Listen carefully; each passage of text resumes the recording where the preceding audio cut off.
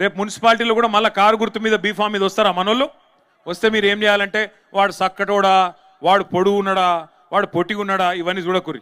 ఆడు మంచోడు కదా, అవన్నీ కాదు. ఒక కారు గుర్తు మీద ఒక అభ్యర్థి వచ్చిండంటే కేసీఆర్ గారు అన్ని ఆలోచించి ఇచ్చింటాడు అనుకోవాలా. కారు చూడాలా, కేసీఆర్ని యాడ్ చేసుకోవాలా, గట్టిగా ఒత్తాలి. అంతేగాని ఇక మళ్ళీ చర్చలు పెట్టద్దు. మళ్ళీ ఇక మా ఓడు పోతే వేయండి కానీ కేసీఆర్ వస్తాడు కదా, ఈయన పోతే ఏంది ఆయన గెలుస్తాడు కదా, వద్దుగా. మీరు ఇక్కడి నుంచి గట్టిగా కసి మీద, సరే సర్పంచ్ ఎన్నికల్లో గుర్తులు లేవు కానీ రేపు ఎంపీటీసీ ఎన్నికల్లో, జెడ్పీటీసీ ఎన్నికల్లో, మున్సిపల్ ఎన్నికల్లో కారు గుర్తు గులాబీ జెండా ఉంటుంది. అది మాత్రమే చూడాలి తప్ప అటు ఇటు చూడద్దిగా.